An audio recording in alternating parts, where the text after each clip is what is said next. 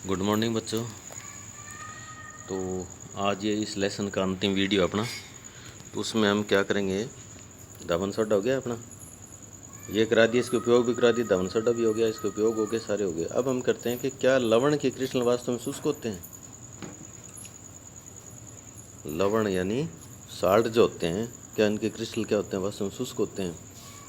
नहीं, इनके अंदर क्रिस्टलन जल होता है, वाटर ऑफ क्रिस्टलाइजेशन। ठीक है, तो पीछे हमने उसके अंदर आया था सोडियम कार्बोनेट डेकाहाइड्रेट, धावन सोडे का। इसमें ये देखो आप 10H2O है, ये क्या है, क्रिस्टलन वाटर है ये, यानी क्रिस्टलीय जल है, यानी क्रिस्टलों के बीच में। क्योंकि अगर ये वाटर हम इसको निकाल देते हैं ना, तो इनका फिर प्रॉपर्टी चेंज हो जाती है। जैसे हमने इसको गर्म कर दिया, इसको उल्टा कर दो, एक सेकंड आप रुको, इसको हम उल्टा कर देते हैं, ऐसे तीर का निशान ऐसे कर देते हैं। जैसे ये था, इसमें से हमने पानी हटा दिया, तो इसकी जो प्रॉपर्टी अब चेंज हो जाएगी, ये सोडा ऐस बन जाएगा ये। हालांकि यहाँ पर अपने बुक में जिक्र नहीं है, लेकिन सोडा ऐस बन जाती है। इसके जो गुण होते हैं ना धावन सोडे का, वो ख़त्म हो जाते हैं। इसी प्रकार आगे और भी देखेंगे हम। यहाँ ये कहते हैं कि कॉपर सल्फेट है, मैं बता ही देता हूँ आपको, CuSO4 है, इसके अंदर 5H2 होते हैं, पेंटाहाइड्रेट है, कॉपर सल्फेट पेंटाहाइड्रेट है। इसको अगर आप, ये क्रिस्टल जल है, इसके क्रिस्टलीय जल या वाटर ऑफ क्रिस्टलाइजेशन, इसको आप गर्म करोगे तो ये गर्म का निशान होता है, पहले मैंने बता रखा है आपको। इसमें क्या होगा, ये अलग हो जाएगा, ये CuSO4 और 0.5 ये प्लस में सॉरी H2O अलग हो जाएगा, ये बाहर निकल जाएगा ये। तो कहने का मतलब जो पर नीला था ना, ये कॉपर सल्फेट नीला होता है, तो इसका नीलापन गायब हो जाएगा जैसे इसको गर्म करोगे आप, क्योंकि इसके अंदर जो क्रिस्टलीय वाटर जो है ना, वो बाहर निकल जाएगा, जिससे क्या होगा, ये बिल्कुल सफ़ेद हो जाएगा। अगर इसमें वापस वाटर डालोगे तो वापस ये नीला हो जाएगा, ब्लू हो जाएगा ये। ठीक है, इसको बोलते हैं क्रिस्टलीय जल। जहाँ एक डेफिनेशन में दे रखी है, लवण के एक सूत्र इकाई में जल के निश्चित अणुओं की संख्या को क्रिस्टलन का जल कहते हैं, वाटर ऑफ क्रिस्टलाइजेशन। ठीक है, उसके बाद कॉपर सल्फेट में देखो ये रहा, उसके बाद सोडियम कार्बोनेट में ये रहा। ठीक है, इसी प्रकार जिप्सम है आगे अपने पास। तो एक चीज़ ये रह रही थी अपनी, प्लास्टर ऑफ पेरिस। तो प्लास्टर ऑफ पेरिस में क्या होता है, POP बोलते हैं इसको हम, POP, प्लास्टर ऑफ पेरिस। इसको हम जिप्सम से तैयार करेंगे। ठीक, तो जिप्सम का फार्मूला क्या होता है, ये कॉपर कैल्शियम सल्फेट डाइहाइड्रेट होता है, ये calcium sulphate 0.2H2O dihydrate, calcium sulphate dihydrate है। अब इसको हम गर्म करेंगे, कितने पर, 373 केल्विन पे, डिग्री सेल्सियस नहीं, केल्विन पे, 373 केल्विन पे गर्म करेंगे ना। तो इसमें क्या होगा कि आधा डेढ़ अणु जो जल है वो निकल जाएगा ये। जैसे ये बन जाएगा अपने पास CaSO4 0.5H2O, ये बन जाएगा। ठीक है, और कितना निकल जाएगा, डेढ़ निकल जाएगा, यानी 1.5 वाटर जो वो बाहर निकल जाएगा, ये प्लस में, यहाँ प्लस में। तो ये जो है ना कॉपर सल्फेट, इसको हम हेमी हाइड्रेट भी कह सकते हैं, सेमी हाइड्रेट भी कह सकते हैं, इसको बोलते हैं POP। ये तो जिप्सम थी, जिप्सम का फार्मूला ये होता है कि कॉपर सल्फेट डाइहाइड्रेट, यानी 2 अणु हैं जल के, ये डाइहाइड्रेट है। इसको एक बात ध्यान रखनी है आपको, जब गर्म करेंगे तो 373 केल्विन पे गर्म करेंगे, 373 केल्विन पे हम इसको गर्म करेंगे, तो क्या बन जाएगा, POP, यानी प्लास्टर ऑफ पेरिस बनेगा। ठीक है, उसके बाद एक एग्जाम्पल और भी है, क्रिस्टल वाटर का, इसमें अपने नहीं है यहाँ इस लाइन में। ये है H2CO3 और 0.5 H2O है। तो इसके अंदर भी क्रिस्टलन वाटर होता है। तो POP हो गया। अब इसका वही 3 बातें, रासायनिक फार्मूला यानी रासायनिक सूत्र, रासायनिक नाम और सामान्य नाम। सामान्य नाम क्या हो गया? प्लास्टर ऑफ पेरिस, क्योंकि इसकी खोज जो है ना पेरिस के अंदर की गई थी, क्योंकि वहाँ जिप्सम मिला, जिप्सम को गर्म किया तो प्लास्टर ऑफ पेरिस बना, इसलिए इसका नाम रख दिया प्लास्टर ऑफ पेरिस। तो इसका मेन जो काम होता है ना POP का, वो होता है टूटी हुई हड्डियों को जोड़ना। डॉक्टर टूटी हुई हड्डियों को सही जगह पर स्थिर रखता है। क्यों? क्योंकि जब इसको जल में वापस मिलाते हैं ना तो वापस जिप्सम बन जाता है ये, और स्ट्रॉन्ग हार्ड हो जाता है ये। जैसे हमारी हड्डी टूट गई, डॉक्टर क्या करेगा? इसको खींचेगा और इसको एकदम आपस में मिला करके हड्डियों को ऊपर क्या कर देगा? लेप कर देगा। वो धीरे धीरे सूख जाएगा, सूखने से वो बिल्कुल हार्ड एंड स्ट्रॉन्ग हो जाएगा। तो वो क्या कहलाएगा? प्लास्टर ऑफ पेरिस, यानी कहते हैं ना कि भाई प्लास्टर करा दिया हमने। तो ये इसका एक मुख्य उपयोग है POP का। उसके बाद POP हम जब किसी के घर में जाते हैं तो क्या हम बोलते हैं कि भैया आपने छत पे दीवार में क्या POP करा रखी है? तो हाँ जी, बिल्कुल करा रखी है। इसमें क्या होता है कि POP का दीवारों छतों पर लेप किया जाता है। जैसे ये देखो, अब यहाँ पर बस उल्टा चल रहा है। ये जो मैंने आपको फार्मूला बताया था ना, ये देखो, ये क्या है? POP है, प्लास्टर ऑफ पेरिस है। इसमें 1.5 वाटर मिलाएंगे तो वापस क्या जिप्सम बन जाता है, स्ट्रॉन्ग हो जाता है, हार्ड हो जाता है ये।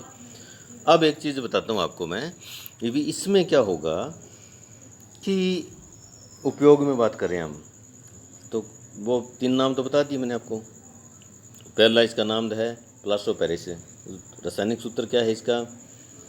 कैल्शियम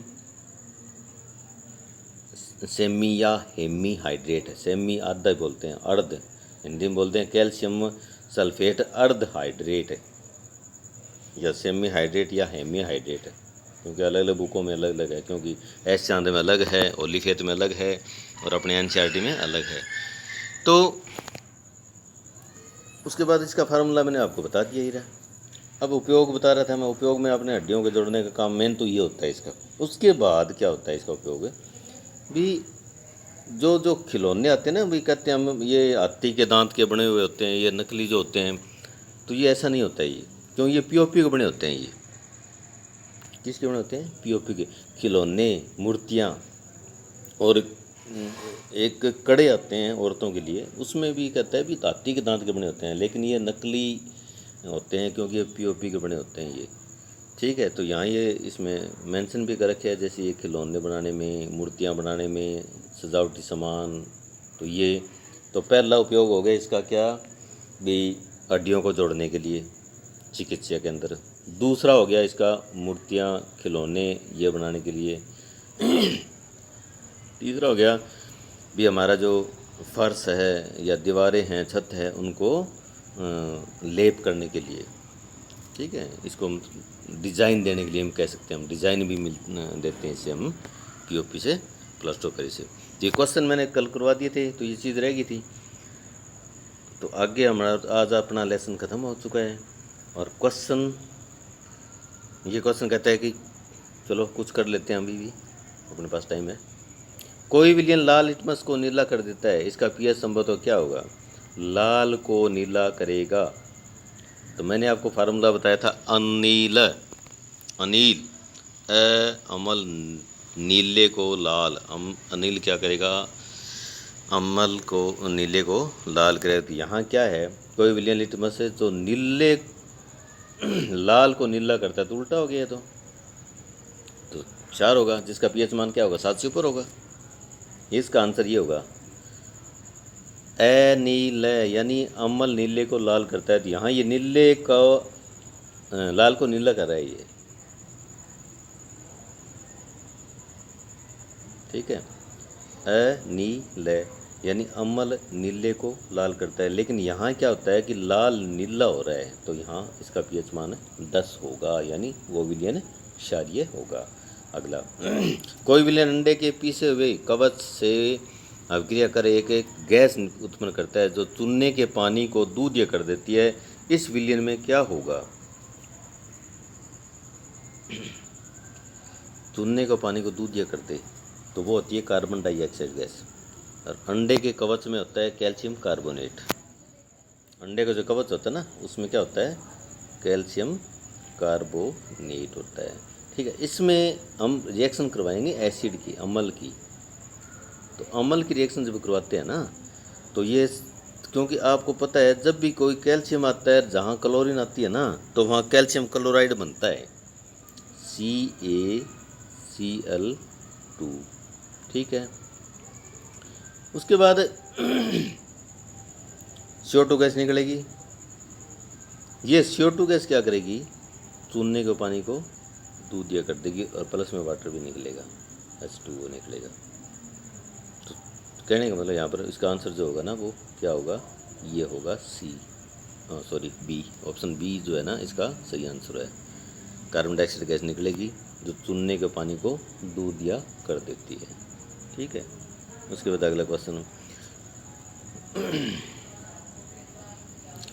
सोडियम हाइड्रोक्साइड का 10 ml विलयन HCl के 8 ml विलयन से पूर्णतः उदासीन हो जाता है। यदि हम NaOH के उसी विलयन का 20 ml लें तो इसे उदासीन करने के लिए HCl के उसी विलयन की कितनी मात्रा की आवश्यकता होगी। तो इसमें हमें निकालना पड़ेगा सवाल, 10 ml है और ये 8 ml है। ठीक है, 10 8 18 हो गए। उसके बाद उसी को विलयन को 20 ml लें तो उसे उदासीन करने के लिए HCl की कितनी होगी। तो इसमें ये 12 होगा। ये थर्ड क्वेश्चन जो है ना इसमें क्या होता है कि NaOH का 10 ml विलयन HCl के साथ 8 ml विलयन के पूर्णतः उदासीन हो जाता है। तो यदि हम NaOH के उसी विलयन का 20 ml से उदासीन करने के लिए हम HCl के विलयन डालते हैं तो क्या होगा, इसका आंसर होगा 16 ml। क्योंकि बीच में फ़ोन आते हैं तो उसको बंद करना ज़रूरी होता है। ठीक है, अगला देखते हैं हम। अपच का उपचार करने के लिए निम्न में से किस औषधि का उपयोग किया जाता है। अपच एंट एसिड होता है ये, अपच का मतलब एंट एसिड है। ये पेट में एसिडिटी बन जाती है ना, इसका उपचार करने के लिए इसका उपयोग किया जाता है। उसके बाद अगला क्वेश्चन कहता है कि निम्न अभिक्रियाओं के लिए पहले शब्द समीकरण लिखें तथा उसके बाद संतुलित समीकरण लिखें। सारे अम्ल है, एसिड है और उनके साथ अभिक्रिया किसके साथ हो रही है, मेटल के साथ है। तो सब के साथ हाइड्रोजन गैस निकलेगी। ये मैंने आपको पीछे बता दिया है कि 5 क्वेश्चन है। तनु सल्फ्यूरिक अम्ल, तनु हाइड्रोक्लोरिक अम्ल, तनु सल्फ्यूरिक अम्ल, फिर हाइड्रोक्लोरिक अम्ल, इनके सब के साथ क्या होगा, हाइड्रोजन गैस निकलेगी और साल्ट बनेगा। ये अपने आप करोगे, मैंने पहले करवा चुका हूँ मैं। ठीक है, उसके बाद अगला क्वेश्चन ये कहता है कि अल्कोहल एवं ग्लूकोज जैसे यौगिकों में भी हाइड्रोजन होते हैं लेकिन इनका वर्गीकरण अम्ल की तरह नहीं होता। एक क्रियाकलाप द्वारा ही इसे साबित कीजिए। ये पीछे क्रियाकलाप दिया है क्योंकि ये दोनों हाइड्रोजन आयन नहीं देते हैं। जो हाइड्रोजन आयन देते हैं वो अम्ल होते हैं, एसिड होते हैं वो। ठीक है, इसलिए वो ये दोनों जो है ना हाइड्रोजन आयन नहीं देंगे, इसलिए उसको हम इसको अम्ल में यूज़ नहीं कर सकते हैं या इसको हम अम्ल की कैटेगरी में नहीं रख सकते हैं। अगला क्वेश्चन कहता है कि आश्वित जल विद्युत का चालक क्यों नहीं होता जबकि वर्षा का जल होता है। बिल्कुल ठीक है, कि आश्वित जल जो होता है वो हम तो लेबोरेटरी में तैयार करते हैं इसको, इसमें कोई गैस नहीं मिलेगी, कुछ भी कोई इम्प्योरिटीज़ नहीं होगी या अशुद्धियाँ नहीं होगी इसके साथ। लेकिन वर्षा जल जो होता है ना वो भी आश्वित ही होता है, लेकिन जब धरती पे आता है ना तो क्योंकि आपको पता है अम्लीय वर्षा है होती है, उसमें कार्बन डाइऑक्साइड है, सल्फर डाइऑक्साइड है, नाइट्रोजन डाइऑक्साइड है, वो मिल जाते हैं। कुछ मतलब साल्ट मिल जाते हैं कहने का मतलब, या एसिड मिल जाते हैं। क्योंकि एसिड जो होते हैं, क्योंकि अम्लीय वर्षा एसिड ही है, वो एसिड क्या करेंगे फिर, चालन करेंगे, किसका, विद्युत का चालन करेंगे। तो कहने मतलब वर्षा का जल जो होता है वो विद्युत का चालन करेगा, क्योंकि हमारे वातावरण या वायु के अंदर क्या है कि सल्फ्यूरिक एसिड है, बनता है सल्फ्यूरस एसिड, नाइट्रिक एसिड बनता है और कार्बनिक अम्ल बनता है। क्योंकि जीवाश्म ईंधन जब जलता है ना, जीवाश्म ईंधन, तो ये गैसें निकलती है, कार्बन डाइऑक्साइड निकलती है, सल्फर डाइऑक्साइड निकलती है और नाइट्रोजन का ऑक्साइड यानी नाइट्रोजन डाइऑक्साइड भी निकलती है। ये वर्षा जल के साथ क्रिया करके एसिड बनाते हैं। एसिड क्या होता है, वो इसका विद्युत का चालन करता है। ठीक है, अब उसके बाद 8वां क्वेश्चन कहता है कि जल की अनुपस्थिति में अम्ल का व्यवहार अम्लीय क्यों नहीं होता। जल की अनुपस्थिति में, यानी जल है, अनुपस्थिति नहीं है, क्योंकि जल में डाल लेंगे तभी तो आयनों में कन्वर्ट होगा ये, ठीक है ना। हाइड्रोजन आयन कब देगा ये, जब जल में डालेंगे, तभी तो ये क्या है, अम्लीय कहलाएगा। बस, तो इसको ऐसे नहीं देगा, ये जल में डालेंगे तभी तो ये हाइड्रोजन आयन देगा, और हाइड्रोजन आयन देगा तो क्या है, वो अम्ल है। उसके बाद देखो आगे अगला क्वेश्चन, 5 विलियन आपके पास ए बी सी डी व ई की जब सार्वत्रिक सूचक से जांच की जाती है तो पीएच के मान में क्रमशः 4, 1, 11, 11, 7, 9 प्राप्त होते हैं। तो कौन सा विलियन उदासीन है। तो विलियन उदासीन तो पता ही आपको, नहीं सॉरी होते हैं। तो कौन सा विलियन है, उदासीन है। उदासीन होता है 7 वाला, ठीक है। प्रबल क्षारीय, यानी जितना पीएच मान ज़्यादा होगा ना वो उतना ही प्रबल होगा, तो यहाँ पर ही होगा 11, 11 प्रबल है।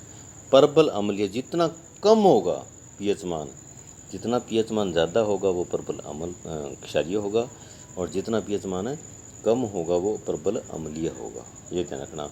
तो यहाँ एक शब्द भी आ रहा है, प्रबल अम्लीय, मतलब यहाँ एक से नीचे कुछ भी नहीं है, सबसे कम यही है 1 नंबर। ये क्या है, प्रबल अम्लीय। दुर्बल अम्लीय, इनमें से दुर्बल देखो आप कौन सा अम्लीय है, ये 4 ही बचा हुआ है, क्योंकि 7 तो उदासीन है। दुर्बल क्षारीय ये आ गया, तो उदासीन 7 हो गया, प्रबल में क्या हो गया 11, और दुर्बल प्रबल क्षारीय में 11 हो गया, और प्रबल अम्लीय में 1 हो गया, और दुर्बल अम्लीय में क्या हो गया 4 हो गया, और दुर्बल क्षारीय में 9 हो गया, ये है। तो लास्ट क्वेश्चन अपना बचा है, प्रश्न नंबर ए एवं बी में समान लंबाई की मैग्नीशियम की पट्टी लीजिए। प्रश्न नंबर ए में तो हाइड्रोक्लोरिक एसिड है, तथा प्रश्न नंबर बी में एसिडिक एसिड है। डालिए, दोनों अम्ल की मात्रा तथा सांद्रता समान है, किस प्रश्न में अधिक तेजी से बुदबुदाहट होगी और तथा क्यों होगी। देखो हमारे पास क्या है, हाइड्रोक्लोरिक अम्ल है और क्या है, एसिटिक अम्ल है, यानी इसको बोलते हैं एथेनोइक अम्ल। ये अब कार्बन रिलेशन बताऊंगा। तो ये अम्ल क्या होते हैं, दुर्बल है, कमज़ोर है ये अम्ल, और ये प्रबल है हाइड्रोक्लोरिक अम्ल, ठीक है। तो ये कहता है भी किसके साथ बुदबुदाहट ज़्यादा होगी, तो पता ही है अपने पास, जो प्रबल होगा उसके साथ होगी, तो हाइड्रोक्लोरिक अम्ल के साथ होगी। और क्यों होगी, क्योंकि वो प्रबल अम्ल है, और एसिटिक अम्ल क्या है, ये दुर्बल है, इसलिए इसके साथ बुदबुदाहट कम होगी। तो आज 10 क्वेश्चन कर दिए, तो आगे 5 क्वेश्चन और है, शायद आप कर लेंगे, वही हैं सारे के सारे जो हमने सारे करवा रखे हैं, ठीक है। ओके।